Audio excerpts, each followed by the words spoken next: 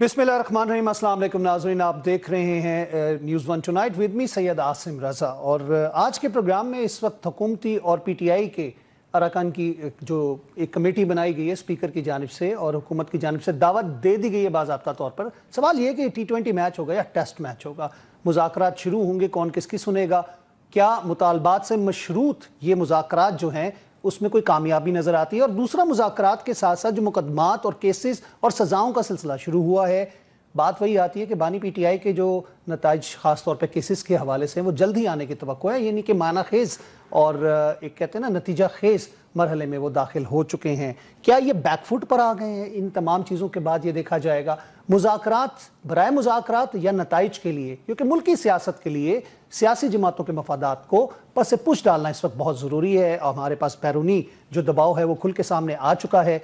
इन्हीं हवालों से आज के प्रोग्राम में गुफ्तगू की जाएगी पहले हिस्से में। और हमारे साथ इस वक्त मौजूद हैं साहबजादा हामिद रजा साहब, सरबराह सुन्नी इत्तेहाद काउंसिल के। खुशामदीद कहते हैं हामिद साहब आपको। जी बहुत शुक्रिया जी, थैंक यू। मैंने इसको कहा, सबसे पहला सवाल, ये T20 मैच है या टेस्ट मैच है, ये बता दीजिएगा। यानी मुज़ाकरात का एक जिसे कहते हैं ना रुकावट फिर बहाल फिर रुकावट, ये वाला काम तो नहीं होगा जो माजी में हम देखते रहे? बिस्मिल्लाहिर्रहमानिर्रहीम। देखिए जी, हमारी तरफ से तो बड़ी खलूस नीयत के साथ इमरान खान साहब ने पाकिस्तान को दाखिली दरपेश मसाइल की वजह से और जो ओवरऑल एक सिचुएशन है उसकी वजह से एक मस्बत तर्ज अमल का मुजाहरा किया और एक मुज़ाकराती कमेटी बनाई गई। 4-5-6 दिन के बाद हुकूमत की तरफ से भी आज इतला आई कि एक मुज़ाकराती कमेटी बन गई है। तो उम्मीद तो यही हम कर सकते हैं कि हुकूमत होश के नाखुन लेगी और मुज़ाकरात पॉजिटिव तरीके से आगे बढ़ेंगे। लेकिन देखिए, मुज़ाकरात के अंदर कभी भी T20 या टेस्ट नहीं होता जी। जाहिर है हमारे मुतालिबात हैं, हमारी शराइत हैं, हम उसके ऊपर बात करेंगे और हुकूमत के को अपने मुतालिबात होंगे, वो अभी तक हमारे सामने नहीं है। जब वो आएंगे तो फॉर्मली हम किसी पोजीशन में होंगे कि उसके ऊपर कमेंट करें। लेकिन चूंकि अभी मुज़ाकरात स्टार्ट हो रहे हैं तो मेरा ख्याल है कि कोई ऐसी स्टेटमेंट जो उसको सबूताज करे वो एज इफ नाउ उसे अवॉइड करना चाहिए। जी बिल्कुल सही कहा आपने, और कल से इसका बाकायदा आगाज हो जाएगा। ये बताइएगा, जो मुतालबात आपकी तरफ से पेश किए गए हैं वो क्या काबिल कबूल होंगे हुकूमत के लिए? अच्छा देखिए, मेरे ख्याल में तो उनके काबिल कबूल होने के अंदर कोई रुकावट नहीं है। बड़े जायज मुतालबात है। सबसे पहले ये कि एक 9 मई का इंसिडेंट हुआ, उसके ऊपर हुकूमत भी कहती है कि हुआ, हम भी कहते हैं कि हुआ। अब आगे हुकूमत का नुक्ता नजर मुख्तलिफ है, हमारा नुक्ता नजर मुख्तलिफ है। अब उसको सेटल किसने करना है? जाहिर है एक जुडिशल कमीशन जो है जिसके अंदर तमाम हकाइक मंजर आम पर लाई जाएं, तमाम चीजें रखी जाएं और उस जुडिशल कमीशन के जरिए जो भी वर्डिक्ट आएगी वो काबिल कबूल होनी चाहिए। अगर आप ये कहें 9 मई किसने किया, तो मैं कहूंगा कि हुकूमत की सफ़ों के अंदर बैठे हुए लोगों ने किया। हुकूमत से कहते हैं तो हुकूमत कह रही है कि हम लोगों ने किया। अब इसका जो वे आउट है वो यही है कि इसकी आज़ादाना जुडिशल इंक्वायरी हो, जुडिशल कमीशन बने।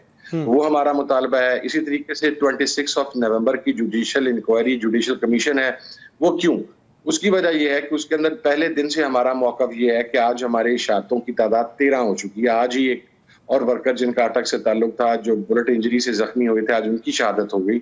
हुकूमत ने पहले ये कहा कि गोली चली ही नहीं, फिर उसके बाद हुकूमत ने कहा कि हवाई फायरिंग हुई है, फिर उसके बाद हुकूमत की तरफ से एक नैरेटिव ये आया कि जी वजीर आला KPK के गनमैन्स ने, उनकी स्क्वाड ने फायरिंग की है। फिर उसके बाद एक मौक़िफ़ ये आया कि अच्छा अगर फायरिंग हुई है और कैजुअल्टीज हुई हैं तो आप उनके नाम दें। यानी हुकूमत का मौक़िफ़ हर दूसरे दिन तब्दील होता रहा, लेकिन हमारा मौक़िफ़ अपनी जगह पर कायम है कि फायरिंग हुई, बुलेट इंजरीज हुई, हमारी शहादतें हुई, कारकुनान अभी भी मिसिंग हैं और 48+ के करीब बुलेट इंजरीज हैं। तो इसको दोनों में से किसका मौक़िफ़ सही होगा, इसका फैसला जुडिशल कमीशन कर लेगा। जो ऐलानात दोनों तरफ से किए गए, आप लोगों की जानिब से भी सैकड़ों, आपने कहा कारकुनान की अमवात की बात की पहले, उसके बाद आप लोगों को 12 याद आ गए, पहले 8 थे, तो उधर भी तजादात पाए जाते हैं। हुकूमत के अगर आप बयानात की बात करते हैं तो आप लोगों की जानिब से भी सुनिए सर, मैं आपको बताता हूँ। अल्लाह ना करे, अल्लाह ना करे, अल्लाह ना करे, आपके स्टूडियो की बिल्डिंग है, इसकी लाइट बंद करके एक वैशी आदमी गन लेके अंदर दाखिल हो जाए, फायरिंग स्टार्ट कर दे, लाइटें बंद हों, आपका अगर स्टाफ 100 बंदे का है और किसी का कुछ ना पता लग रहा हो तो आप क्या बात करेंगे सर?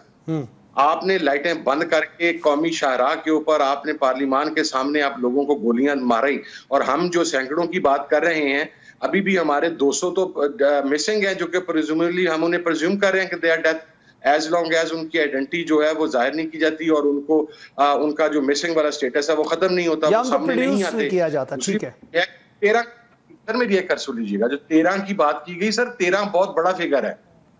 एक बंदे की जान जो है ना, आपसे, मेरे से, किसी भी सियासत से, किसी भी जमहूरियत से अरब हा दर्जा जो बात मुकद्दम है वो कुरान की है और अल्लाह रब्बुल इज्जत की और उसके रसूल की है। एक नाहक इंसान के कत्ल को इंसानियत का कत्ल करार दिया गया। हम 13 के फिगर को फिगर ही नहीं समझते, 200 मिसिंग के फिगर को फिगर ही नहीं समझते। 48 बुलेट इंजरीज, अब 48 जो बुलेट इंजरीज थी उनमें से आज एक और डेथ हो गई है टग में, हम उनको इंजरी समझने के लिए तैयार नहीं है। हमें इस देखिए, हमारे बम धमाका होता है ना आजकल, हमारी एक कौम की एक साइकी बन गई है जिसमें 6 अफराद की कैजुअलिटी, वो कहते नहीं यार छोटा सा था, जिसमें अब कौम को किसी बात पर कन्विंस करने के लिए कि जी बहुत बड़ा बम धमाका हुआ, वहां पर आपको 80 लाशें चाहिए होती हैं, फिर हम थोड़ा सोचते हैं हाँ यार ये ज्यादती, ऐसे नहीं करना चाहिए। हमें अपने रवैये के ऊपर, मेरा ख्याल है सब लोगों को, बस मैं उसमें सबसे पहले अपने आप को शामिल कर रहा हूँ, नॉट क्रिटिसाइजिंग यू, हमें बातचीत मजमूई देखना है कि वो वर्कर जो बेगुनाह गोलियों का, रियासती गोलियों का निशाना बना, वो 1 हो, वो 13 हो, वो 43 हो, 200 मिसिंग हो, वो 48। जी, ये एक आपका तीसरा मुतालबा बल्कि मैं कहूंगा। फिर आप लोगों ने कहा कि सियासी कैदियों को रिहा किया जाए, मुकदमात खत्म किए जाएं, वो कैसे होगा? अब तो 9 मई के मुल्जिमान को सजाएं भी होगी मिलिट्री कोर्ट से और मुतवक्किल होने जा रही है। बानी पीटीआई का 190 मिलियन पाउंड वाला केस कल समाप्त हो रहा है, उसका भी अनाउंसमेंट होने लगी है। तो एक तरफ मुकदमात, एक तरफ ये तमाम चीजें, आप पर सैकड़ों एफआईआर शायद होंगी, आप समझते हैं कि मुज़ाकरात में ये कंडीशन भी है शामिल? मुज़ाकरात में सियासी कैदियों की रिहाई शामिल है और उसके अंदर सबसे पहले इमरान खान साहब की रिहाई है। देखिए, मैं आपको एक बात अर्ज करूं जी, आप मेरे पे मुकदमा बनाए, मेरे पे इतने मुकदमे के मुझे भी नहीं पता जी, आप मेरे पे मुकदमा बनाए, एक शाम 4:15 के ऊपर मैं आपके स्टूडियो में था, तो मैं 4:15 पे किसी और चैनल के स्टूडियो में नहीं हो सकता, और अगर मैं आपके स्टूडियो में था तो मैं उसी टाइम पे रहीमयार खान भी नहीं हो सकता, मैं उसी टाइम पे मुल्तान भी नहीं हो सकता, मैं उसी टाइम पे लाहौर भी नहीं हो सकता, मैं उसी टाइम पे सरगोदा भी नहीं हो सकता। तो मुकदमा बनाने का भी तो तरीका कार है ना, इसमें तो आपको स्ट्रेट वे नजर आ रहा है कि एक मेथड सेट किया गया है लोगों को विक्टिमाइज करने के लिए। तो सियासी कैदियों की रिहाई बिल्कुल उसमें शामिल है। जहां तक इमरान खान साहब का मामला है, इमरान खान साहब अभी तक तमाम केसों के अंदर जमानत के ऊपर है, उनको कोई सजा नहीं हुई। कल जो तोशा खाना का केस आ रहा है उसमें देखिए सुबह 9 बजे से लेके रात 9 बजे तक जेल के अंदर एक केस चल रहा है। मुझे पाकिस्तान की माजी की तारीख में कोई मिसाल उठा के दिखाएं कि रात 9 बजे जेल में केस चल रहा हो, फिर उसके बाद लोड शेडिंग की वजह से लाइट जाए तो कह दिया जाए कि जी फैसला महफूज हो गया। अच्छा, अल कादिर केस के अंदर पैसे रियासत के पास हैं, जहां से आए वो उस बैंक के अंदर मौजूद हैं, उसके अंदर इमरान खान की जात को एक सिंगल पैसे का बेनिफिट नहीं है, वो जो जगह है वो ट्रस्ट की है, अगर किसी चीज ने जाना है तो ट्रस्ट को जाना है, ना इमरान खान लेने वालों में से ना इमरान खान देने वालों में से। हाँ, उसने एक गलती जरूर की, शायद जो अब हमारे मुआशरे में भी गलती कंसीडर हो जाए कि एक आदमी जो तसव्वुफ के ऊपर, जो रूहानियत के ऊपर, जो नबी पाक सल्लल्लाहु अलैहि वसल्लम की सीरत के ऊपर एक यूनिवर्सिटी बना रहा है और वो एक यूनिवर्सिटी ट्रस्ट के तहत है, उसके अंदर उसका कोई पर्सनल इंटरेस्ट नहीं है, तो आप इस चीज को भी आप मकसद डिक्लेयर कर दें कि ये करप्शन हुई है। आप मुझे बताएं ना, करप्शन की डेफिनेशन बताएं। अगर मैंने को फायदा लिया है, मेरी जात को, मेरे खानदान को, मेरे इर्द गिर्द के लोगों को पैसा मेरे अकाउंट में ट्रांसफर हुआ है, मेरे खानदान के किसी फर्द के अकाउंट में ट्रांसफर हुआ है, मेरे इर्द गिर्द के लोगों को ट्रांसफर हुआ, तो उसे आप करप्शन कहेंगे ना सर। एक पैसा जो मेरे अकाउंट में आया ही नहीं, वो आज भी रियासत पाकिस्तान के अकाउंट के अंदर है, वो पैसा वो छुपाया नहीं गया, वो बतलाया गया। जब उसने जाना भी होगा तो वो जाएगा, जो भी डोनेशन आनी होगी वो आएगी ट्रस्ट के अकाउंट के अंदर।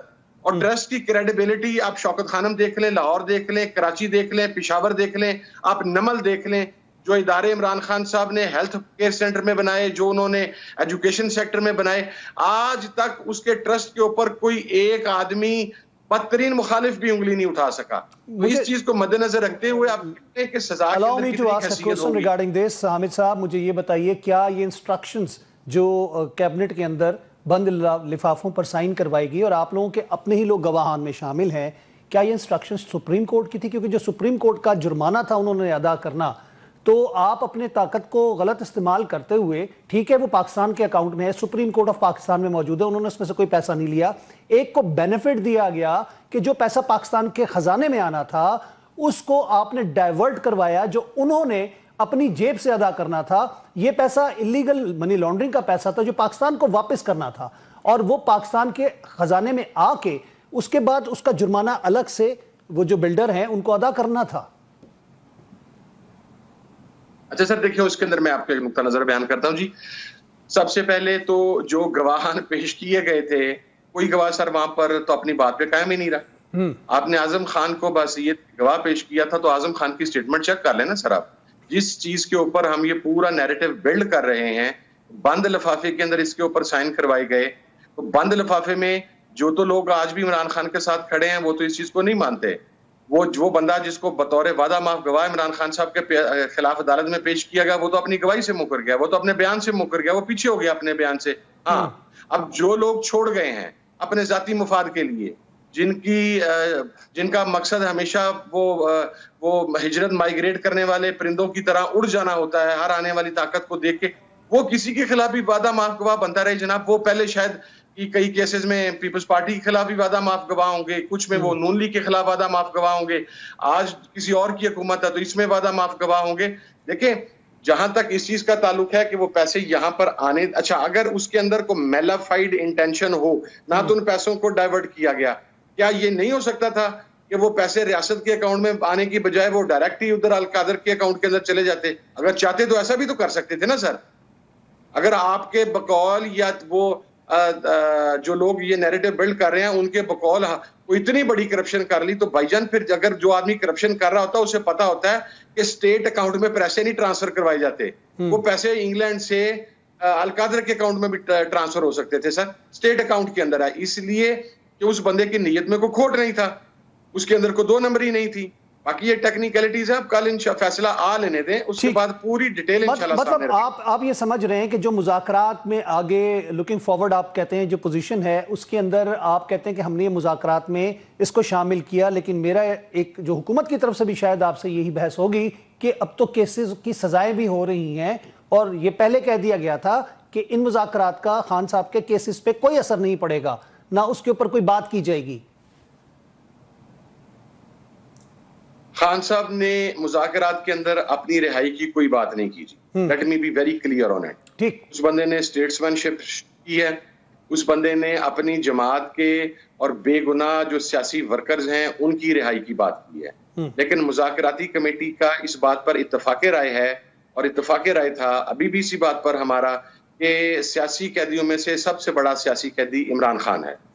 आप अदालतों में से जो करवाना चाहते हैं हम अदालतों से रिलीफ लेंगे, हम ये नहीं करेंगे कि एक अदालत ने आपको सजा दी हुई हो, रातों रात आप एक ड्राफ्ट साइन करें और उसके बाद पूरी पार्टी समेत पूरा खानदान और तमाम लोग आपकी कुर्बानियां देने वाले तकते रह जाएं और आपका जहाज किसी बैरूनी बादशाह की हिमा के ऊपर पाकिस्तान से फ्लाई करे और किसी और मुल्क में पहुंच जाए। नहीं, अगर आप किसी केस में सजा दिलवाते भी हैं, जो कि हमें हमारे पास उसके मुकम्मल इस बात पर कन्विंस होने के शवाहिद मौजूद हैं कि सजा आप दिलवा रहे हैं, अगर आप सजा दिलवाते भी हैं तो हम रिलीफ भी अदालतों से ही लेंगे। हम आपसे ये नहीं कह रहे कि आप हमें रिलीफ दे दें, अगर कल जज सजा दे रहा है तो आप सजा खत्म कर दें, ऐसी बात हम नहीं करेंगे।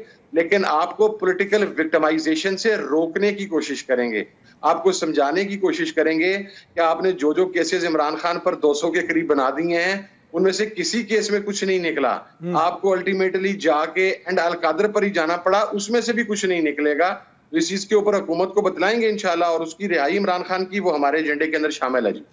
ये बताएं साहबजादा साहब कि जब हम बात करते हैं इस वक्त मुज़ाकरात की बात, तो ये भी आती है ना कि इट्स नेवर टू लेट, लेकिन अब क्यों याद आए पाकिस्तान तहरीक इंसाफ को? पहले तो कहा जाता कि जी एस्टैब्लिशमेंट से सिर्फ बात होगी, ये तो पपेट बैठे हुए हैं, उसके साथ साथ आप लोगों ने कहा जी सड़कों पे हम फैसला करवाएंगे, सारी चीज़ें देख ली, उनके कोई नताइज नहीं निकले, अब वक्त सजाओं का आ गया है। ये भी एक अज्यूम किया जा रहा है, एक राय अमूमी ये बन चुकी है कि शायद बैकफुट पे चली गई है पीटीआई। अच्छा चलें, जिन्होंने राय बनानी है जनाब वो बना लें। मैं देखें आपको एक बात अर्ज करूं, मैंने फ्लोर ऑफ द हाउस गुज़श्ता 6 माह में 4 मरतबा ये चीज़ पॉइंट आउट की कि हुकूमत मुज़ाकरात करना ही नहीं चाहती थी। मुज़ाकरात ऐसे नहीं होते कि वज़ीर-ए-आज़म फ्लोर ऑफ द हाउस या वज़ीर दाखिला फ्लोर ऑफ द हाउस कहे कि हमने मुज़ाकरात करने हैं, उसके बाद 1 महीना वो ऐवान के अंदर दाखिल ही ना हो। मुज़ाकरात के लिए कमेटी बनाई जाए या हमारे खिलाफ एक नैरेटिव बनाया गया, एक बयानिया बनाया गया कि हम लोग हुकूमत के साथ या किसी के साथ मुज़ाकरात में एंगेज नहीं होना चाहते। और ये कहा गया कि जी ताकत हुकूमत के पास है और इख्तियारात हुकूमत के पास हैं, फैसला साजी हुकूमत करती है। तो हमने कहा चले ठीक है जी, बिस्मिल्लाह, आप फैसला साज हैं, आपके पास इख्तियारात हैं, आप मसाइल को हल कर सकते हैं, तो हम मुज़ाकराती कमेटी बना देते हैं, आप करके देख लें। आपका ये नैरेटिव भी अगर आपके अंदर उसके कोई संजीदगी है तो वहां से पता लग जाएगा, आज शुरू हो, कल शुरू हो, जब भी शुरू हो, पता लग जाएगा ना जनाब हुकूमत के पास इख्तियारात कितने हैं, हुकूमत के पास ताकत कितनी है और हुकूमत सिंसियर कितनी है। वो जो आपने नैरेटिव बनाया था, अब तो आपके पास वो नैरेटिव भी नहीं रहेगा। दूसरी बात, किसी चीज का खौफ नहीं है सर, सजाएं इससे पहले भी हो चुकी हैं, सजाएं गुजरांवाला के केसेस के अंदर भी हो गई हैं, फर्दे जुर्म तमाम लोगों पर लग चुकी है, किसी पर 2 माह की लगी है, किसी पर 6 माह की लगी हुई है, किसी पर 10 माह पहले की लगी हुई है, किसी पर 4 माह पहले की लगी हुई है। इन चीजों का कोई खौफ नहीं है। अगर इनका खौफ होता तो वो जिन लोगों को खौफ था वो लोग छोड़ के, रास्ता छोड़ के, साथ छोड़ के अपना रास्ता बदल गए।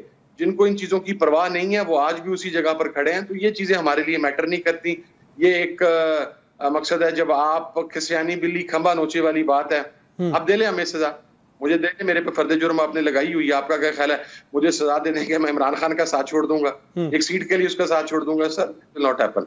सो ये इस तरह नहीं है कि किसी दबाव के अंदर या किसी परेशानी की वजह से ये मुज़ाकरात हो रहे हैं, टाइम दिया गया। दूसरी रह गई बात कि हमारी कोई तहरीक नाकाम नहीं हुई जी। पाकिस्तान की तारीख के अंदर इतनी बड़ी तादाद के अंदर मुसलसल 2 से 2.5 साल तक आवाम नहीं निकले। मैं पाकिस्तान की पॉलिटिकल तारीख छोड़ते, मैं दुनिया की पॉलिटिकल मॉडर्न पॉलिटिकल हिस्ट्री की बात कर रहा हूँ। उसमें मुसलसल इतनी बड़ी तादाद के अंदर मुसलसल अफराद बाहर नहीं निकलते रहे। और अगर हमारी तहरीक नाकाम हो चुकी हैं, फिर भाईजान आपको ये हुकूमत को किस चीज की टेंशन है? क्यों कभी दफा 44 लगा के बैठी है? क्यों 5000 पॉलिटिकल वर्कर जेल के अंदर बैठा है? क्यों लोगों को गोलियां मारी गई हैं? क्यों पार्लियामेंटेरियंस के घरों की चारदीवारी और चारदीवारी का तकद्दुस पामाल किया जा रहा है? क्यों आम आदमी को मिसिंग किया जा रहा है? क्यों जनाब आप कोई एक वो जो स्प्रे करते हैं दीवार पे 804, वो कंटेनर के ऊपर 804 लिख दे तो वो आपसे बर्दाश्त नहीं हो रहा? ये तमाम चीजें जाहिर करती हैं कि हमारी तहरीक अल्हम्दुलिल्लाह मुकम्मल तौर पे कामयाब है और कामयाबी की तरफ ही बढ़ रही है। हाँ, जब आप एक फिस्ताई निज़ाम को चैलेंज करते हैं या ललकारते हैं, तो जिस तरह बाकी मामलात में भी हमारे मिजाज में, हमारे रवैये के मिजाज में बहुत तलखी और तेजी का अंसर गालिब रहता है। हम चाहते हैं कि इधर से काम स्टार्ट किया और इधर से काम खत्म हो जाए। 50-50 ओवर का मैच होता है, वनडे मैच और होता है। पाकिस्तानी कौम की ख्वाहिश होती है कि मुखालिफ टीम 10 ओवरों में पाकिस्तानी टीम ऑल आउट करके वापस आ जाए, 3 ओवरों में मैच जीत जाए। वो 50-50 तक भी उसको ओवर्स तक जाने के लिए वक्त देने के लिए तैयार नहीं होते। तो हमारी तहरीक अल्हम्दुलिल्लाह मुकम्मल कामयाब है। ये हमारी ही तहरीक का दबाव है। आज भी Pakistan, that was the thing which I was asking in my first question, T20 या टेस्ट मैच, आपको क्या उम्मीद है कितनी कामयाबी हासिल हो सकेगी आप लोगों को मुज़ाकरात और कब तक? डिपेंड करता है जी। अभी तो चूंकि कोई फॉर्मल मीटिंग नहीं हुई, कोई मुलाकात नहीं हुई। अब अगर मुलाकात होगी उसके बाद हुकूमती रवैया पता लगेगा, फिर ही मैं कोई कमेंट पास करने की पोजीशन में होऊंगा। देखिए, मुज़ाकरात का अमल एक बड़ा संजीदा अमल होता है। ये अंदाजों क्याफों के ऊपर या आप अपनी वो गैस वर्क के ऊपर काम नहीं चला सकते। आपने फरीके मुखालिफ का रवैया देखना होता है, आप उनके एटीट्यूड चेक करते हैं, आप उनकी सीरियसनेस, तमाम चीजों को एनालाइज करने के बाद आप कोई बयान देने की पोजीशन में होते हैं। तो एज इफ ना हो, चूंकि हमारी कोई मुलाकात ही नहीं हुई, तो मैं ये कुछ कहने की पोजीशन में नहीं हूं कि कामयाब होंगे नहीं होंगे, होंगे तो कितने अरसे में होंगे, नहीं होंगे तो कितने अरसे में होंगे। ये तो अब बैठेंगे टेबल पे तो पता लगेगा कि क्या पोजीशन बनती है जी। और जिसमें से जो लोग जिनका आपने जिक्र किया, आप लोगों से इख्तिलाफ से या किसी और वजह से अलग हुए थे, सुनीद ये है कि उनमें से बहुत से लोग राब्ता करके वापस आना चाहते हैं, तो आप समझते हैं कि उन लोगों के लिए कोई एक्सेप्टेंस है? अच्छा देखिए, एक तो हर आदमी का जाहिर है उसका अपना हक है, उसका अपना इस्तेहकाक है, हो सकता है कि उसकी मजबूरी ऐसी हो, लेकिन इस बात के ऊपर तो इत्तेफाक राय है और खान साहब की तरफ से भी यही मैसेज कन्वे हुआ है पार्टी को भी कम्युनिकेट हुआ है कि ऐसे तमाम लोग जो उस मुश्किल वक्त के अंदर साथ छोड़ के चले गए थे, खान साहब रिहा होने के बाद उनका फैसला खुद करेंगे और केस टू केस करेंगे। और केस टू केस करने के अंदर जाहिर है फिर वो ज़मीनी हालात, मारूज़ात, तमाम चीज़ों को मद्देनज़र रखेंगे, क्या गुज़री, कैसे गुज़री, उन्होंने किस हद तक डैमेज किया, नहीं किया।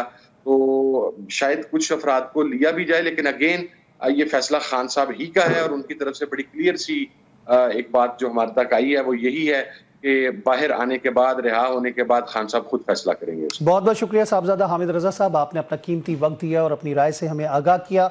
और नाज़रीन, बात यही आ रही है कि मुज़ाकरात का कोई नतीजा सामने आए तो मुज़ाकरात का फ़ायदा होता है। मुज़ाकरात बराए मुज़ाकरात या फिर कल, फिर कल और फिर कल, ये करते करते कई माह और कई दिन गुजर जाते हैं। लोगों का जो एंग्जाइटी लेवल होता है, क्योंकि लोगों को इस हद तक पोलराइज कर दिया गया है लोगों के अंदर। मैं किसी एक जमात के हवाले से बात नहीं कर रहा, मैं मजमूई तौर पे बात कर रहा हूँ, क्योंकि जब हम सियासी मफादात और मुल्की मफादात के दरमियान तफरीक नहीं रखेंगे और अपने सियासी मफादात को हावी रखेंगे मुल्की मफादात पर, जिसका मैंने अपने इब्तिदाइया में भी जिक्र किया, तो ये चीज़ें आपके लिए बल्कि पूरी कौम के लिए और इस मुल्क के लिए नुकसानदेह हो सकती हैं। ये अच्छी बात है कि मुज़ाकरात का सिलसिला शुरू हुआ और दुआ यही है कि इन मुज़ाकरात का कोई हल भी निकले और ये on the floor of the house अगर ये काम हो रहा है तो ये सबसे बड़ी जमहूरियत की खूबसूरती नज़र आती है। मैं चाहूँगा वफ़ा इसके बाद दोबारा हम आपसे मुलाकात करते हैं। वेलकम बैक नाज़रीन, एक दफ़ा फिर खुशामदीद कहेंगे प्रोग्राम न्यूज़ 1 टुनाइट में। प्रोग्राम के इस हिस्से में हम बात करेंगे मौलाना साहब के, यानी मौलाना फजलुर रहमान साहब के वज़ीर आज़म से मुलाकात के बाद ये तवक्को की जा रही है कि शायद नोटिफिकेशन जारी हो जाए जो बिल पास हुआ था असम्बली के दोनों ऐवानों से, क्योंकि सदर मुमलिकत के इतराज़ के बाद ये तमाम चीज़ें जिसे कहते हैं ठप या रोक दी गई थी। लेकिन अब कुछ उम्मीद की किरण बाकी थी, वो उसके हवाले से बात की गई, क्योंकि मौलाना साहब ने 3 दफ़ा वार्निंग दी थी कि लोग सड़कों पर आ गए तो आपके लिए मुश्किल हो जाएगी। सूरत हाल क्या है, वो वादे वफा होने की बात की जाती है, जो किए गए थे वादे। अभी तो चलें हम मदारिस के रजिस्ट्रेशन के हवाले से ही बात करते हैं। तो मदारिस के रजिस्ट्रेशन एक अहम मसला है, का बात इसको लिंक की गई फैटफ के हवाले से। अब लगता ये है कि मौलाना साहब के हवाले से वो रजिस्ट्रेशन की बात जो थी उसके ऊपर नोटिफिकेशन की बात तकरीबन हो गई है।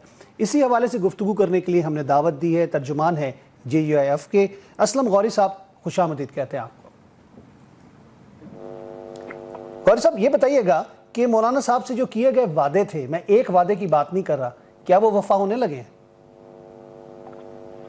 तो क्या जुमला नहीं है, कुमारी ना जाते जो वादा वफा करते। तो बात तो ये है कि हम तो वादों पे जिए जाते हैं, ठीक, और जिंदगी पाकिस्तान बढ़ने से लेके आज तक वादे ही वादे होते हैं। कभी रोटी कपड़ा और मकान का वादा होता है, कभी कर्ज उतारो मुल्क संवारो का वादा होता है, और ये वादे कभी करप्शन खत्म करने का वादा होता है। कौम वादों पे चलते चलते यहाँ तक पहुंच गई है, लेकिन क्या करें, गुजारा भी इन्हीं के साथ कर रहे हैं। फरिश्ते तो हमें कहीं और से आते हुए नजर नहीं आ रहे। अब तो आदत सी है ऐसे जीने की, आप ये कह सकते हैं। आदत सी पड़ गई ऐसे जीने की, बिल्कुल। लेकिन मसला ये तो आवाम के लिए मसदर आता है, ये तमाम चीजें जिसका जिक्र आप और मैं कर रहे हैं। लेकिन मौलाना साहब एक कदावर सियासतदान है, एक बड़ी पार्टी है और एक ऐसी पार्टी जिसके हवाले से हम कहते हैं कि उनकी बहुत बड़ी स्ट्रीट पावर है। अगर उनके साथ भी यही कुछ हो रहा है तो फिर अवाम के साथ क्या हो रहा है? देखिए, अवाम तो बेचारी 70 साल से भुगत रही है ना। अवाम तो मैंने जो ये नारे बताए आपको, ये अभी तो और भी नए नए नारे जिद्दत हो जाती है। हर इलेक्शन में एक नई चीज सामने आ जाती है अवाम के, और अवाम तो भुगत के यहाँ तक पहुंच गई है बेचारी। अवाम तो अब नाउमीद हो गई है इस लीडरशिप से। इसलिए अवाम को न 70 में नई लीडरशिप पैदा हुई, वो बेचारी लीडरशिप आज तक कामयाब नहीं हो सकी। फिर इसके बाद एक ज़िया-उल हक साहब के दौर में लीडरशिप पैदा हुई, उसका अंजाम आप देखें। फिर एक लीडरशिप पिछले दौर में फैज हमीद साहब के और बाजवा साहब ने पैदा की, उसका अंजाम देखें। तो लोग वही होते हैं, बड़े वही जागीरदार, वही सरमायादार, वही बड़े लोग, बड़े बड़े फैक्ट्री ऑनर्स मालिक। वो पार्टी बदल लेते हैं, निशान बदल लेते हैं, ज़हनन नहीं बदलते अपने आप को। तो पाकिस्तान में जब तक जमहूरियत की असर रूह है, पार्टियों के अंदर रूह नहीं आएगी, पार्टियों के अंदर जमहूरियत नहीं आएगी, लोगों को जमहूरियत का पता नहीं चलेगा, लोगों के सामने किसी का मंशूर और दस्तूर नहीं आएगा, मैं समझता हूँ उस वक्त तक इस कौम की सही जो है ये कौम अपने लीडरों का तयन नहीं कर सकेगी। और मुख्तसर ये कि जब तक साफ और शफाफ इलेक्शन नहीं होंगे, अवाम को अपना मुंतखब नुमाइंदा असम्बली में भेजने की जब तक इजाजत नहीं मिलेगी, तो इसी तरह के डिमी लोग आते रहेंगे और फैसले कहीं और होते रहेंगे। और अब तो ये हमारे इस बिल पे तो आपको नजर आ गया होगा कि फैसला इनका नहीं था बेचारों का, वरना जब वोट ही ना देते। बिल भी खुद बनाया, वोट भी खुद दिया, फिर ऑब्जेक्शन भी खुद लगा रहे हैं उसमें। लेकिन वजीर आजम तो साहब के साथ मौलाना साहब की मुलाकात को क्या आप नतीजा खेज देख रहे हैं? क्या आप लोगों का नोटिफिकेशन हो जाएगा मदारिस की रजिस्ट्रेशन का? देखिए, 2-3 दफा प्राइम मिनिस्टर साहब ने फोन किया था। पहले एक दफा खाना रखा था, मौलाना साहब उन दिनों में डीए खां थे, फिर उन्होंने दोबारा टेलीफोन किया तो मौलाना साहब फिर कहीं मसरूफ थे। फिर थर्ड टाइम ये हुआ तो इस पे मौलाना साहब तशरीफ ले गए, वहां गए तो मुलाकात के लिए बुलाया था, लेकिन हमें अंदाजा नहीं था कि वहाँ हुकूमती टीम पूरी मौजूद होगी। अटॉर्नी जनरल थे, वजीर कानून थे, स्पीकर साहब थे, पीपल्स पार्टी के 2 लीडर बैठे हुए थे, तो पूरी हुकूमती टीम बैठी हुई थी। उनके साथ वहाँ पूरी बात हुई है। फिर हमने अपने मौकफ के दलाइल दिए, जो हमारे दलाइल को वहां पर उन्होंने एक्सेप्ट किया गया। उन्होंने कहा कि आपकी बात को ये सब लोगों ने तस्लीम किया। तो उसके बाद उन्होंने ये कहा है कि जी जो ये इसको आप 2 दिन के अंदर अंदर जो इसका आप नोटिफिकेशन करें इसको जरा। वज़ीर आज़म साहब ने कहा है कानूनी और आईनी चीजें मद्देनजर रख के। अब अल्लाह जानता है कानूनी और आईनी में कुछ चीजें ना निकला है, बाकी तो सब खैर है। ये मामला वहीं पे ना रुकता नजर आए जो जरदारी साहब के नज़र से गुजर के उसके बाद उस पर ऑब्जेक्शन लगी। ये बताइएगा, हुकूमत या अपोजिशन एक ऑप्शन आपको ये भी मिलती है और इसकी मद में 26वीं तरमीम के बाद या फिर इस मदारिस की रजिस्ट्रेशन की मद में अगर हो जाता है तो आप समझते हैं कि आप अपोजिशन में ही रहना पसंद करेंगे? मौलाना साहब की चॉइस है। देखिए, हमारा इस बिल के साथ ये ताल्लुक तो कहीं भी नहीं है कि हम अगर ये बिल हुकूमत कर देगी तो हम हुकूमत में शामिल हो जाएंगे। ऐसी तो चॉइस नहीं है हमारी कहीं भी, ना हमारी कोई ऐसी चीज है। हम अपोजिशन में हैं, अपोजिशन में ही रहेंगे। हमारी अपनी चॉइस है कि हम हुकूमत में जाते हैं या अपोजिशन में आते हैं। हमें तो फर्स्ट डे ही चॉइस मिली थी। जनाब शहबाज शरीफ वज़ीर आज़म हल्फ उठाने से कबल हमारे पास आए थे, उन्होंने कहा था कि हम अपने साथ आपको रखना चाहते हैं। तो हमने कहा हम 8 आदमियों के साथ आपके साथ क्या करेंगे जाके, हमारी तो तादाद भी कम हो गई है। लेकिन ये तो आने वाले दिनों में पता लगा ये 8 मेंबर नहीं थे, 8 लोहे के चने साबित हुए। सही बात की आपने। लेकिन लोगों का कुछ गुमान ये भी है, क्योंकि हमने मुख्तलिफ शख्सियात से जब गुफ्तगू की, कि मौलाना साहब का अपोजिशन में रहना हुकूमत के मफाद में है। इसको वाजे करेंगे थोड़ा सा? देखिए जी, हुकूमत के मुफाद में तो नहीं है। हुकूमत तो चाहती है कि हम हुकूमत में चले जाएं, लेकिन हम अपने मुफाद में चल रहे हैं। हम किसी के मुफाद के लिए ना कभी कल काम किया था ना आज किया है। हाँ, अलबत्ता ये होता है कि कुछ खुशफहमियां होती हैं, वो खुशफहमियां बाज़ पूरी भी नहीं होती और बाज़ हो जाती है। सियासत में कुछ एडवांस फैसले नहीं होते हैं, फ्यूचर के फैसले होते हैं, वो बाज़ पूरे भी हो जाते हैं और बाज़ नहीं भी होते हैं। लेकिन हमारे यहाँ तो हुआ है कि अक्सर पूरे हो जाते हैं। और हम जो भी फैसला करते हैं, देखें हम वाहिद पार्टी है मेरी, मैं बाकियों की बात नहीं करता, जिसमें मरकजी मजलिस आमला भी है, मरकजी शूरा भी है, मरकजी मजलिस अमूमी भी है। तीनों अदारे फैसला करते हैं। मौलाना फजलरहमान साहब या उनकी टीम का कोई मेंबर अकेला फैसला नहीं करता पार्टी के अंदर। तो हमारे फैसले जो होते हैं वो सोच समझ के किए जाते हैं, ना किसी की जरूरत के तहत करते हैं, ना हम किसी और मसले के लिए करते हैं। हम सिर्फ अपनी पार्टी के मसाइल को सामने रखते हुए कि हम क्या करदार अदा कर सकते हैं, फ्यूचर में हमें क्या फायदा होगा, फ्यूचर में हमें क्या नुकसान होगा इसका, अगर आज हम हुकूमत में जाते हैं तो फ्यूचर में क्या हमारा नुकसान होगा, इन सब चीजों का मद्देनजर रखते हैं। और अगर हम जाते हैं और जाके अपने कारकुनों को या अपने अवाम को क्या तहफ़्फ़ुज़ दे सके, ये सब चीजों को मद्देनजर रखना पड़ता है जी। इसमें इसके अंदर अगर हम बात करें, इस वक्त मौजूदा सूरत हाल में पाकिस्तान पे एक बैरूनी दबाव अमेरिका की जानिब से जो हमारे मिसाइल प्रोग्राम पे, जो हमारे दिफा का एक बहुत बड़ा हिस्सा है, जिसने नाकाबिल तस्खीर बनाया हुआ है पाकिस्तान को दिफाई लिहाज से, उस पर जो कुछ दबाव आ रहा है, पाबंदियां लग रही हैं, आप लोग इसको कैसे देखते हैं? देखिए, हमने तो कभी भी नहीं कहा कि अमेरिका हमारा दोस्त है। हमने तो कभी भी अमेरिका को दोस्त नहीं समझा। हमने अमेरिका मुर्दाबाद रैलियां निकाली हैं और अमेरिका हमें बिल्कुल पसंद नहीं करता। और अमेरिका की ही वजह से अफगानिस्तान 9/11 की वजह से जो हमारे ऊपर सारे मुश्किलात और मसाइल आते रहे हैं। अब भी प्रेसिडेंट ऑफिस ने कहा है कि जी इंटरनेशनल मालियाती अदारे जो हैं वो मदारस को करदार को महदूद करना चाहते हैं। ये सारी चीजें तो आपके सामने अमेरिका की बदौलत है। अमेरिका हमारा कभी दोस्त नहीं हो सकता। जिन लोग हमारे खुशफहमियों में हैं या खुशफहमियां हैं, उनकी खुशफहमियां जब दूर हो जाती हैं।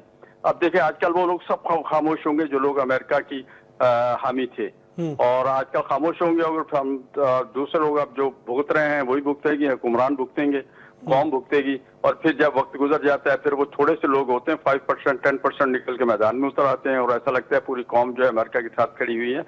तो मैं समझता हूं कि हमारे फैसले दुरुस्त सिमत में होने चाहिए, कौमी मुफाद में होने चाहिए, मुल्की मुफाद में होने चाहिए, किसी की खुशनुदी के लिए नहीं होने चाहिए। हमारी हुक्मरान पार्टियों को सोच समझ के फैसले लेने चाहिए, वरना इस तरह हम कल अमेरिका के हुक्म पे हम लोग सब कुछ करते रहे हैं। हमने किन किन क्या क्या नहीं किया, मैं आपके टीवी पे शायद चला ना सके, मैं बातें नहीं कहना चाहता। हम उनके किराए पे हो जाते हैं, चले जाते हैं, और फिर आज जब अमेरिका हमें आंखें दिखाता है तो फिर हम ही होते रोने वालों में सबसे आगे वही खड़े होते हैं जो कल अमेरिका के सामने हाथ बांध के खड़े होते हैं। गौरी साहब, ये बताइएगा कि आप लोग खुलकर इसकी मजम्मत करते हैं? मौलाना साहब, आपकी जमात इनके बयान की अमेरिका की जानिब से? मैंने इसकी सख्त मजम्मत भी की है। इस पे 2 दिन पहले मैंने अपना बयान भी चलाया पार्टी तर्जुमान के लिए। ये मौलाना साहब का मौकिफ है जो आप बयान दे रहे हैं? जी, मेरी पार्टी का मौकिफ है। ओके, पार्टी का मौकिफ है। तो हालात कैसे देख रहे हैं आप? सियासी माहौल जो है, क्योंकि पाकिस्तान में अदम इस्तेहकाम का दूसरे फायदा उठाते हैं और अमेरिका की मिसाल सामने है, आप समझते हैं कि इसमें कहीं ना कहीं कुछ ठहराव आएगा, कुछ मुज़ाकरात की बात हो रही है? जब तक हम अपनी खुददारी से अपने पांव पे खड़े नहीं होंगे, अपने फैसले खुद नहीं करेंगे, हम उनके हुक्म पे अगर फैसले करते रहेंगे तो वो हमें उंगलियों पे नचाते रहेंगे और यही अंजाम होता रहेगा जो हमारा आज है। और कदगने हम पे लगती रही है। आपको याद होगा जब हमने एटम धमाके किए थे उस वक्त भी कदगने लगी थी, और हमें उस वक्त के हुक्मरानों ने कहा था कि आओ जी कर्ज उतारो, मुल्क संवारो, और लोगों ने जेवरात तक दे दिए हुकूमत को। औरतों ने, याद होगा आपके, कानों की बालियां तक, हाथों की अंगूठियां तक औरतों ने दे दी थी, लेकिन हुक्मरान फिर अमेरिका के आगे लिट जाते हैं जाके। तो कौम तो जो है वो खुददारी के लिए तैयार है, कौम जान देने के लिए तैयार है, कौम वतन के लिए तैयार है। और मैं अल्लाह ना करे किस मुल्क पे कभी कोई बुरा वक्त आए तो सबसे आगे JUI का कारकुन फौज का बिशाना खड़ा होकर हिफाजत करेगा मुल्क की, इंशाल्लाह। जी इंशाल्लाह। और दूसरा ये बताएं कि पार्लियामान की तरफ से इसकी मजम्मत और एक करारदाद जो कि अभी तक नजर नहीं आया कि कोई पेश की गई है, आप समझते हैं कि आप लोगों की जानिब से कोशिश हो सकती है? बहरहाल बिल्कुल होनी चाहिए, इसमें तो कोई दूसरी राय नहीं है। ये तो अगर वो इमरान खान के बारे में कोई करारदाद वाशिंगटन से आ जाती है और ये फौरन उसको कहते हैं कि आप हमारे मामलात में मुदाखलत ना करें, तो मैं समझता हूँ हुकूमत को इस सिलसिले में भी अपना कोई करारदाद पार्लियामेंट की तरफ से जानी चाहिए और ठीक ठाक किस्म की होनी चाहिए। मैं तो 8 आदमी हूँ, जो 8 आदमी कर सकते हैं हम करेंगे उसके ऊपर इंशाल्लाह। बहुत बहुत शुक्रिया समगौरी साहब, आपने अपना वक्त दिया, अपनी आरा से हमें आगाह किया। नाज़रीन, यहाँ पे वक्त हुआ है वक्फे का, दोबारा मिलते हैं। वेलकम बैक नाज़रीन, एक दफ़ा फिर खुशामदीद कहते हैं आपको प्रोग्राम न्यूज़ 1 टुनाइट में। हमारे साथ प्रोग्राम के इस हिस्से में मौजूद हैं ब्रिगेडियर रिटायर्ड फारूक हमीद साहब, दिफाई तज्ज़ियाकार हैं। आपको खुशामदीद कहते हैं ब्रिगेडियर साहब। बहुत शुक्रिया, थैंक यू जी। ब्रिगेडियर साहब, गुज़िश्ता कुछ 3-4 दिनों से अमेरिका की जानिब से जो स्टेटमेंट्स आए हैं, उनके जो स्पोक्स पर्सन हैं, मैथ्यू मिलर की बात करें या विधान पटेल की बात करें, और उसके बाद कल हमने देखा कि एक और उनके अहम जो सरकारी रुकन है उन्होंने भी बयान दिया एक सेमिनार के अंदर। पाकिस्तान के मिसाइल प्रोग्राम के ऊपर पाबंदियों की बात की जा रही है, 4 companies including national defence complex की बात की गई, और मिसाइल प्रोग्राम के हवाले से अपने कंसर्न्स अमेरिका ने शो ये कराए हैं कि जी पाकिस्तान ने वो मिसाइल बनाने की कोशिश कर ली है कि जो हमें भी हिट किया जा सकता है। आपको लगता है कि ये जो बयान और ये जो पाबंदी है ये अमेरिका के अपने मफाद में है या किसी और के? बिस्मिल्लाहिर्रहमानिर्रहीम, बहुत शुक्रिया। पहली बात तो ये है कि this is not the first time America की तरफ से पाकिस्तान पे इस तरह के सैंक्शन लगाए गए हैं। पहले एक जमाने में हमारे न्यूक्लियर प्रोग्राम पे होता था और उसके बाद फिर मिसाइल प्रोग्राम पे भी एक दफा हुआ भी, तो चंद हफ्ते पहले भी अगर आपको याद हो 2-3 कोई कंपनीज थी उसके बारे में भी इन्होंने अमेरिकन ने सैंक्शन लगाई थी। देखें, बड़ी अफसोसनाक मैं समझता हूँ कि ये डेवलपमेंट है और बड़ी हाईली कंडेमेबल है। मतलब कि भाई बाइडेन गवर्नमेंट जो है it's a lame duck government. तुम्हारे भाई 25-27 दिन रह गए हैं, तुम अभी अल्लाह करो और जाओ, फारग हो जाओ। लेकिन तबाही मचा दी, गजा में बर्बाद कर दिया, सीरिया को बर्बाद कर दिया, लेबनान को, अब यमन के पीछे पड़ गया।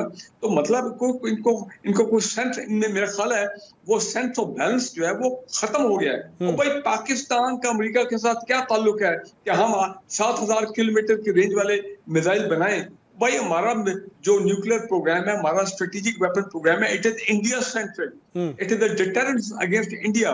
कि इंडिया को मिस एडवेंचर जो है वो जरूरत ना करे, and the deterrence by the grace of Allah has worked. वो अलग बात है कि इंडिया बदमाशी करते हैं, ये दहशतगर्दी पे वाया अपना अफगानिस्तान जो उन्होंने केपी और बलूचिस्तान में किया हुआ है। Coming back to the point, देखिए जब कभी पाकिस्तान और अमेरिका के दरमियान एक डाइवर्जेंस ऑफ इंटरेस्ट होता है, यानी कि अफगान जिहाद में कन्वर्जेंस ऑफ इंटरेस्ट था, वो भी चाहते थे, हम भी उनके चक्कर में आ गए, फ्रंटलाइन स्टेट बन गए। वॉर एंड टेरर में भी हम उनके चक्कर में आ गए, वो बड़े खुश हुए, हम फ्रंटलाइन स्टेट बन गए।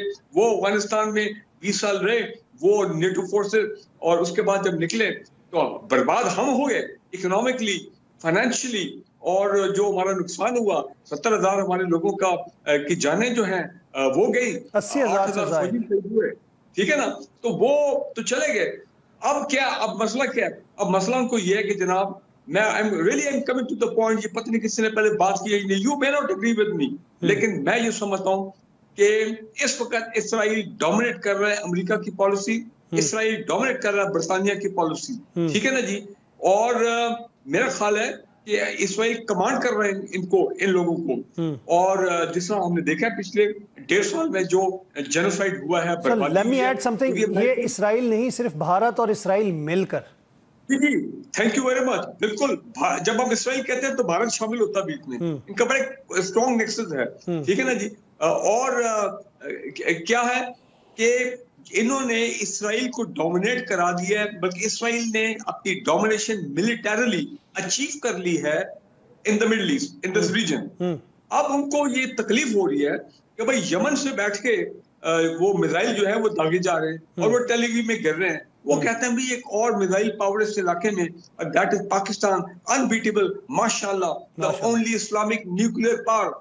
तो ये तो भाई, ये तो अब इनके पीछे आओ, थोड़ा इनकी आर्म ट्विस्ट करो, कोई इनको जरा चाबी दो।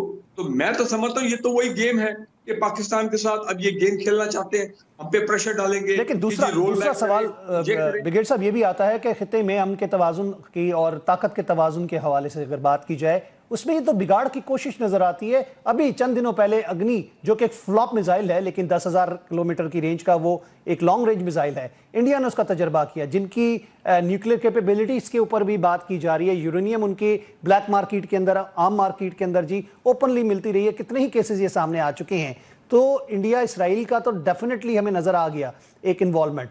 तो पाकिस्तान इस चीज के ऊपर अपने दिफा में अपनी बात को मनवा सकेगा?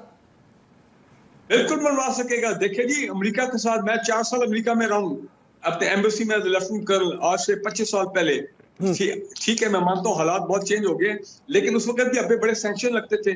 और मैंने ये नोट किया कि एक डिप्लोमेटिक एंगेजमेंट तो होती है, ठीक है। पाकिस्तान ने बड़ा अच्छा रिस्पांस दिया है। मिनिस्ट्री ऑफ फॉरेन अफेयर्स का जो आया है अपना स्टेटमेंट, मेरा ख्याल इट वाज वेरी वेल, जिसको कहते हैं प्रिपेयर्ड, और उसका बिल्कुल इम्पैक्ट होना चाहिए इंडियन अमेरिकन के ऊपर। देखिए, अमेरिकन की एक ब्यूटी है और वो ये है उनकी, अगर आप कमजोरी समझ जाएं, और ये मैंने वहां पे सीखा, अगर आप उनकी आंखों में आंखें डाल के बात करेंगे, if you look into the eyes of the American, Salala check post वाकया हम भूले नहीं अभी जी, दे विल बैक ऑफ, ये याद रखें। अच्छा, दूसरी इंपॉर्टेंट चीज मैं आपको बता दूं, देखें हमने अभी इस वक्त डाइवर्जेंस तो एक एक्चुअली ऑन ग्राउंड किया है।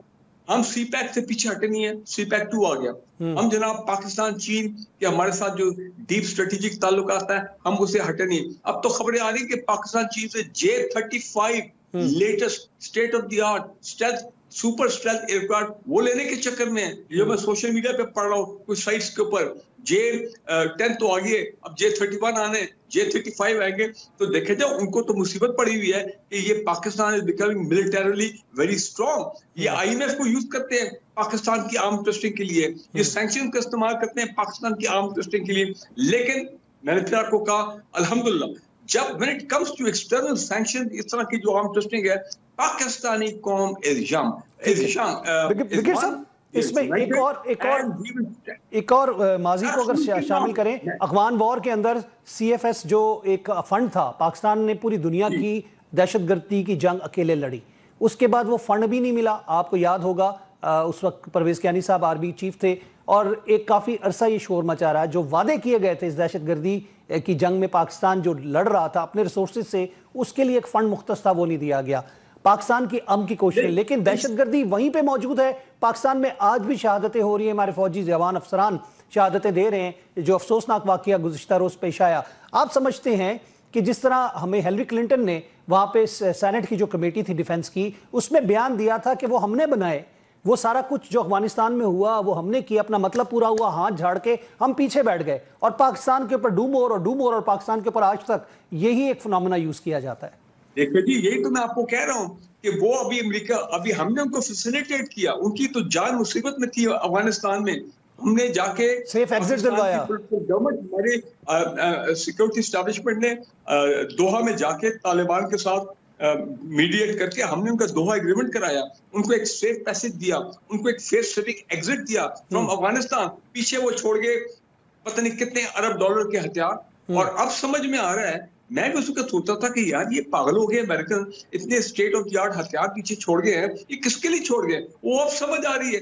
वो उन्होंने कहा, उनका लॉन्ग टर्म प्लान था कि हम निकलेंगे, फिर ये हथियार प्रॉक्सी ग्रुप्स जो है, ये टीटीपी हो गया, फौजी हो गया, खोरासान ग्रुप हो गया, दाइश हो गया, फलान ग्रुप हो गया, ये इंडियन को हैंडल करेंगे और जनाब ये सपोर्ट करेंगे और ये पाकिस्तान पे हमले करेंगे। एग्जैक्टली वही हो रहा है जी ब्रिगेड साहब, इसमें एक और चीज ऐड मैं करता चलूं, जो प्रॉक्सीज के जरिए इस खित्ते के अंदर बिगाड़ की कोशिश, आपको याद होगा बराक ओबामा की जो लास्ट यूनियन एड्रेस था, उसके अंदर उन्होंने ये बात की थी कि अगले 20 साल तक इस खित्ते के अंदर ट्रोमाइल है, यानी कि ही नोज के क्या प्लान है, क्या जो आलमी ताकतों की इस वक्त ख्वाहिश है। तो वो बात हमने सोचा कि जी तालिबान के आने के बाद कुछ मामला न्यूट्रलाइज हो गए, लेकिन यही बात उस चीज़ को रिलेट करती है कि अब वो फिनोमिना पाकिस्तान के ऊपर जो इल्ज़ाम लगता था, गुड तालिबान, बैड तालिबान, क्वेटा शूरा, अब वो अफगानिस्तान के अंदर वो शिफ्ट कर दिया गया और वहाँ पे इन्वेस्टमेंट की जा रही है और वो अपने मुफाद को देख रहे हैं और उनको कहते हैं उन ग्रुप्स को कि आप पाकिस्तान को जो मर्जी नुकसान पहुँचाएं, हमारे मुल्क में नुकसान ना पहुँचाएं। देखिए जी, यही तो मैं कहता हूँ, यही तो मेरा निचोड़ ये है, अमेरिका एक अनरिलायबल और अनट्रस्टवर्दी हमारा, आपको पता अभी भी हमारा वो नॉन नेटो अलाई वाला स्टेटस है। अभी आज भी मैं पढ़ रहा था कि पत्नी कहीं से बयान दिया गया पाकिस्तान में सरकारी तौर पे कि जनाब ये हम तो आपके नॉन नेटो अलाई अभी भी हैं, आप हमारे साथ इस किस्म का सलूक कर रहे हैं, तो they are untrustworthy, they are unreliable. तो लिहाजा बात वही है, अपनी कौमी यकजहती को कायम रखें, नेशनल यूनिटी को कायम रखें, अपनी इकोनॉमी के लिए सुबह शाम मेहनत करें, हमारी लीडरशिप सिंसियर होनी चाहिए पाकिस्तान के साथ, ठीक है ना जी। और ये जो अवाम और फौज के दरमियान जो एक बड़ा गैप क्रिएट करने की कोशिश की जा रही है, नजर आ रहा है सामने यार, कुछ छुपी हुई बात नहीं है, ये भी सब इंजीनियर्ड है, ये मैन्यूवर्ड है कि जनाब पाकिस्तान में ये फिफ्थ जनरेशन वॉरफेयर की जो बात थी वो अब इंप्लीमेंट होती नजर आ रही है। बिल्कुल नजर होते, ओ भाई हो गई है, ये कामयाब हो गए हैं, ठीक है ना जी। इन्होंने वो जो दहशतगर्दी और ये केपी का ये सारा जो फिनोमेना बलूचिस्तान में किया, ये मकसद ही यही था कि अवाम और मुसल्लह अफवाज के दरमियान एक दूरी पैदा की जाए। सो मैं कह रहा हूँ कि we have to be very very careful.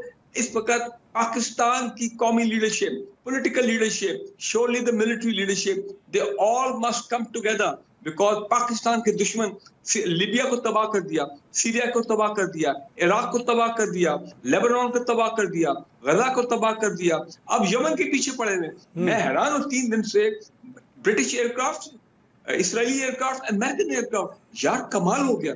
Look at इनकी सोच, आप देखें कि ये अब आगे यमन के पीछे किसको तबाह बर्बाद, इसको तबाह कर दो, पीछे कौन रह जाएगा?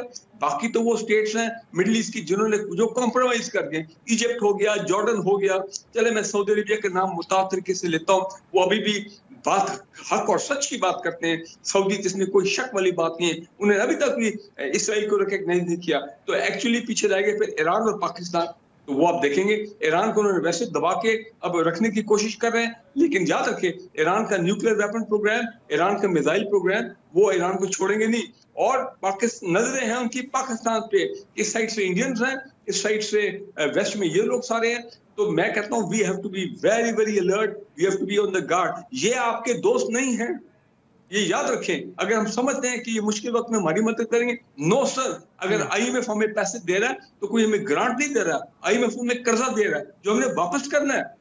ये याद रखें आप कि बाकी जो इंटरनेशनल फाइनेंशियल इंस्टीट्यूशन है, वर्ल्ड बैंक और ये सारे, ये भी हमें कर्जे दे रहे हैं। इनको पता है इनको दबाई जाओ, कर्जे के नीचे इनको दबाई जाओ पाकिस्तानियों को, ताकि कल को जब हमें अपने मफादात के लिए इन पे प्रेशर डालना पड़े तो और उसे कोई हासिल करना पड़े तो फिर उस वक्त ये हमारे बिल्कुल हमारे काम है। जी बिल्कुल, मैं ये कह रहा हूँ कि एब्सोल्युटली नॉट। हमारा अल्हम्दुलिल्लाह, तो देखे ना बात बड़ी क्लियर है, हमारा जो स्ट्रेटेजिक वेपन प्रोग्राम है, जो मिसाइल प्रोग्राम है, वो तो इतना आगे चला गया है अल्हम्दुलिल्लाह, इतना modern, one of the best, one of the accurate missile system, no doubt about it. मेरा मतलब नो वे कि अपना वो हमें किसी तरह नुकसान पहुंचा सकते हैं, हो ही नहीं सकता। देखिए एक वक्त था, मैं आपको एक एग्जांपल देता हूँ कि जब ये जनरल जिया का दौर था, उसके बाद इन्होंने हमारे न्यूक्लियर प्रोग्राम पर सैंक्शन लगाए, तो क्या था, अल्हम्दुलिल्लाह पाकिस्तान, बल्कि उससे पहले भी पाकिस्तान ने अपना न्यूक्लियर न्यूक्लियर टेस्ट के प्रोग्राम बाद भी लगे प्रेसलर तरमीम में, ये तो एक हिस्ट्री नजर आ रही है कि भारत को खुश करने के लिए 71 की वॉर के बाद भी आप देखें जो पाबंदियां लगी थी, तो ये तमाम चीजें उसमें शामिल है। बहुत बहुत शुक्रिया ब्रिगेडियर साहब, आपने अपना कीमती वक्त दिया और अपनी आरा से हमें आगाह किया। और बात हम करते हैं पाकिस्तान की बेहतरी, पाकिस्तान की सालमियत, पाकिस्तान में सियासी इस्तेहकाम के हवाले से। इस वक्त भी अगर हम ये कहें कि हमें सियासी क़यादतों को और हमारे तमाम इदारों को मिलकर इस मुल्क की सलामती के लिए कोशिशें करनी चाहिए, तो इसमें कोई दूसरी राय नहीं है। और हर शख्स पाकिस्तानी है। हर बुरे से बुरे वक्त में पाकिस्तानियों ने एक ही आवाज़ और अपनी यकसुई के साथ उस दुश्मन का या फिर कुदरती आफात का मुकाबला किया। एक लंबी फहरिस्त है जिसकी मिसाल है, लेकिन अब जबकि सूरत हाल हमें कुछ थोड़ी मुख्तलिफ नज़र आती है, लेकिन वही बात आती है कि इस कौम के अंदर अभी गैरत और गयूर और बहादुर अफवाज के जो पाकिस्तान के बच्चे हैं, बेटे हैं, अफसरान हैं, वो लोग मौजूद हैं। और हमारी आवाम ख़ास तौर पर अपनी फ़ौज के साथ, अपने अस्करी इदारों के साथ उसी तरह शाना बशाना हमेशा खड़ी हुई है जिस तरह हम माजी में देखते रहे। मैं चाहूँगा आपसे इजाज़त, अल्लाह ने के बाद।